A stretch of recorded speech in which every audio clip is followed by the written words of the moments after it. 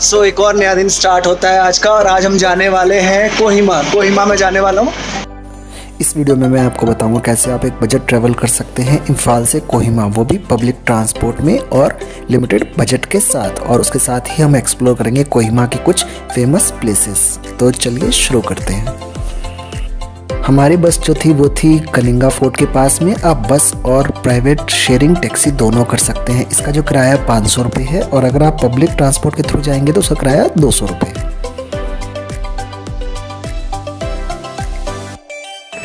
तो ये हमारी बस होने वाली थी अगले 136 किलोमीटर कवर करने के लिए। अगर आपको लगता है कि ये डिस्टेंस 3 से 4 घंटे में कवर हो जाएगा तो वो गलत है। पूरा डिस्टेंस कवर करने में आपको अप्रॉक्स 7 से 8 घंटे लगेंगे। फाइनली मैं पहुंच गया अपने हॉस्टल। ये सबसे इकोनॉमिकल हॉस्टल है पूरे कोहिमा में, और इसका जो किराया था वो था 550 रुपये, और इसके अंदर ब्रेकफास्ट इंक्लूडेड था। ब्रेकफास्ट की जो टाइमिंग थी वो थी 7 से 9 बजे के बीच की। तो बाहर जाने से पहले मैं एक बार आपको हॉस्टल का व्यू दिखा देता हूँ कैसा है ये हॉस्टल। लेफ्ट हैंड साइड में बंक बेड थे और राइट हैंड साइड में खिड़की और सामान रखने की जगह, और उसके थोड़ा सा ही आगे आपको वॉशरूम मिलेगा और बाथरूम।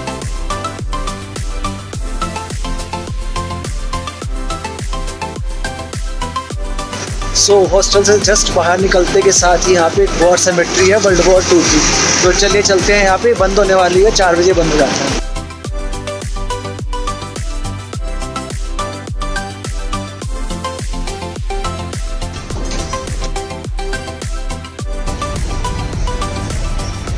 चलिए अब आपको दिखाते हैं वॉर सेमेट्री कोहिमा का, जो कि कोहिमा मेन सिटी के बिल्कुल साथ में ही है। अगर हम हिस्टोरिकली देखें तो इस जगह की बहुत बड़ी इम्पोर्टेंस है, क्योंकि यहाँ पे युद्ध हुआ था इंडियन ब्रिटिश फोर्स और जापानीज फोर्स में वर्ल्ड वॉर 2 में। तो यहाँ पे जो युद्ध हुआ था वो हुआ था 1944 अप्रैल से लेके जून के बीच में। ये वही टाइम था जब कोहिमा में लड़ाई हुई थी और साथ ही साथ इम्फॉल में लड़ाई हुई थी। अगर आपने इम्फॉल वाला मेरा वॉर सेमेट्री का वीडियो नहीं देखा है तो राइट हैंड साइड में आइकन आ रहा होगा, आप उस पर क्लिक करके देख सकते हैं। इस लड़ाई में अगर हम देखें टोटल लोग जो मरे थे उनकी संख्या बहुत ज़्यादा थी। अगर हम इंडियन ब्रिटिश फोर्स की बात करें तो उनके कुछ 16,000 सैनिक शहीद हुए थे इस लड़ाई में, और जापानीज़ फोर्स के कुछ 30,000 सैनिक। और जो जापानीज़ फोर्स थी उनको ये जगह छोड़नी पड़ी, वो ये लड़ाई हार गए थे क्योंकि उनके पास चीज़ें पहुंच नहीं रही थी, क्योंकि जो एक लौता मार्ग था वो था एयर के थ्रू, और जो कि पूरी तरीके से डिस्ट्रॉय कर दिया गया था इंडियन ब्रिटिश आर्मी द्वारा। यहाँ आपको एक और बात पता होनी चाहिए, वो ये कि यहाँ पे इंडियन नेशनल आर्मी, हाँ जी, जो सुभाष चंद्र जी बोस जो को लीड कर रहे थे, जिसको उस आर्मी ने यहाँ पे पार्टिसिपेट किया था जापान के साथ। तो टोटल कुछ 6,000 सैनिक थे इंडियन नेशनल आर्मी के, IN के, जिसमें से 2,000 लोगों की मौत हुई थी।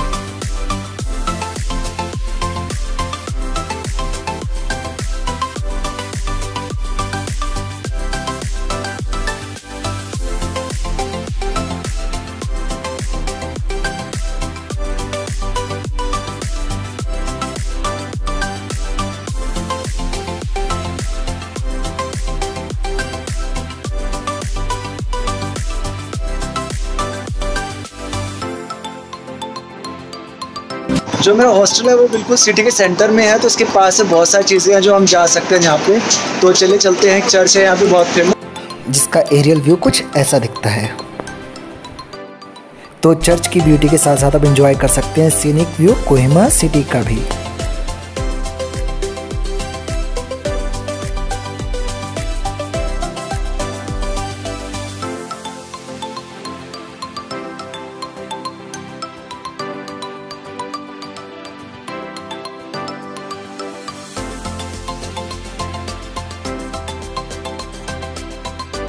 कोहिमा सिटी जैसे आप जानते ही हैं ये नागालैंड की कैपिटल है, और इसकी कुल पॉपुलेशन कुछ लाख लोगों के आसपास है, जो कि सेकेंड मोस्ट पॉपुलस सिटी है दीमापुर के बाद।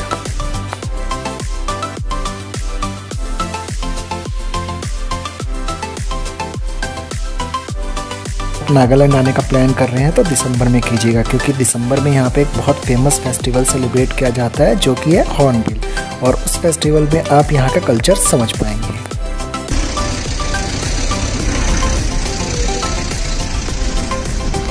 चर्च को एक्सप्लोर करने के बाद मैं आगे बढ़ पड़ा अपने अगले डेस्टिनेशन की तरफ, जो कि होने वाला था लोकल मार्केट। तो हम यहाँ का एक लोकल मार्केट में आपको दिखाऊंगा। उसके बाद हम चलेंगे, एक सीनिक पॉइंट है जहाँ से कोहिमा सिटी का व्यू मिलता है।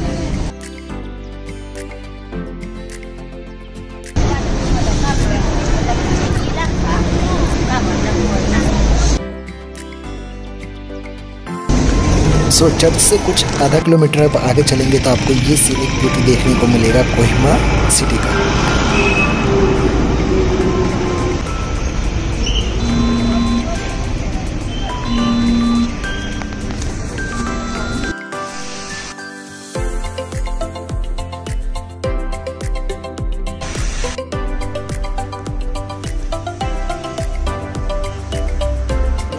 वापस इंफॉल की तरफ। इंफॉल का जो मैंने पता किया था वो ये है कि ये जो पहली बस चलती है वो एक लौती बस चलती है यहाँ पे, और वो है मॉर्निंग में 7 AM। अगर वो बस नहीं मिलती मुझे तो मेरे पास अगला ऑप्शन है शेयर टैक्सी का, जो चलती है सुबह 9 से 12 के बीच बजे तक। तो मुझे लास्ट जो टैक्सी है वो 12 बजे तक मिल जाएगी। सो सुबह के अप्रॉक्स 5:30 बज रहे हैं और मैं जा रहा हूँ बस स्टैंड पे, जहाँ से मुझे बस मिलेगी इंफॉल के लिए। यहाँ से सिर्फ एक ही बस चलती है इंफॉल के लिए, जिसकी टाइमिंग है 6:30 बजे। तो चलिए चलते हैं। तो एक बहुत ज़रूरी इन्फॉर्मेशन जो आपको पता होना चाहिए वो है बस की टाइमिंग्स, यहाँ से कौन सी बस चलती है और कितने बजे चलती है। ये इन्फॉर्मेशन आपको इंटरनेट पे भी नहीं मिलेगी। तो चलिए मैं आपको बताता हूँ बस की टाइमिंग्स और कहाँ कहाँ के लिए बस आपको मिल जाएगी कोहिमा से।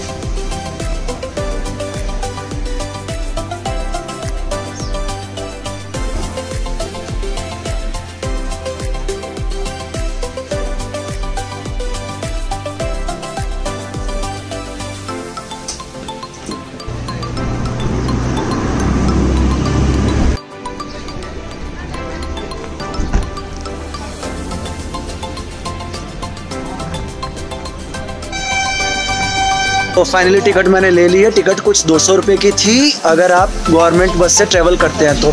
बस की टाइमिंग 7:30 बजे की है और नोटिस बोर्ड लगा हुआ है, तो नोटिस बोर्ड में आपको बस की टाइमिंग लिखी होगी और बस नंबर लिखा होगा। अभी 1 घंटा है बस आने में, तो चलिए चलते हैं, कुछ नाश्ता वास्ता करते हैं, उसके बाद बस बोर्ड करेंगे।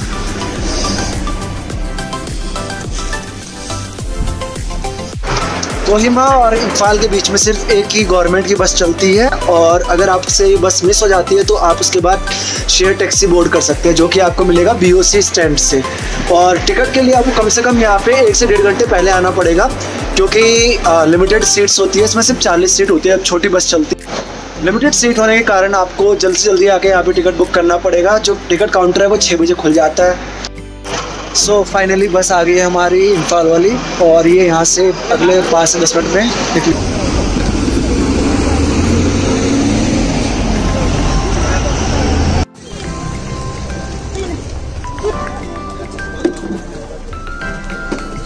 तो दोपहर के 2:30 बज रहे हैं और हम पहुँच चुके हैं इंफॉल। ये है नागालैंड का स्टेट ट्रांसपोर्ट बस स्टैंड। यहाँ से आपको बस मिलेगी कोहिमा के लिए सुबह 7:30 बजे और दीमापुर के लिए 6:30 बजे। सिर्फ 2 ही बस चलते हैं यहाँ से।